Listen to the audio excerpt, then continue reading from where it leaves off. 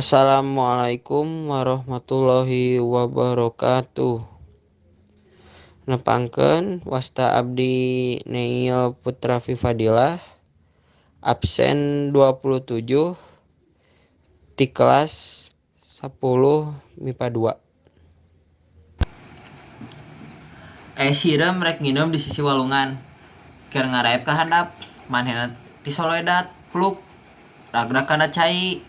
Hadena caina rada ngeuyeumbe, palebah dinya mah. Tapi keukeuh, bae ari ngojay ka simah manehna teh bisaeun.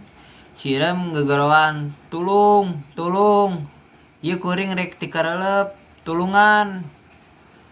Kabeneran, aya japati keur cindeuten dina dahan kai anu nyodor ka luhureun cai. Kadeungeun aya sireum gegeroan menta tulung.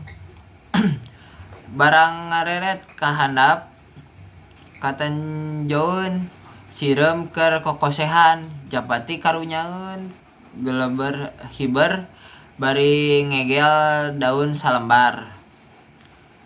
Song diasongkeun daun teh ka hareupeun sireum. Sireum tuluy muntang kana daun. Daun ku japati dibawa ka darat. Sok digolerkeun kana taneuh. Sireum pohara nganuhunkeunana ka japati anu geus ngalepaskeun manehna dina bahaya.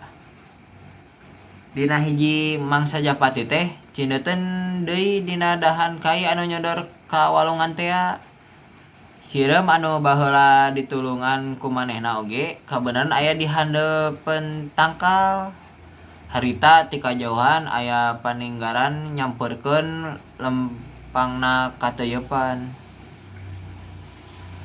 Teu talangke deui buru-buru sireum nyampeurkeun japati bari ngahareuos ka manehna.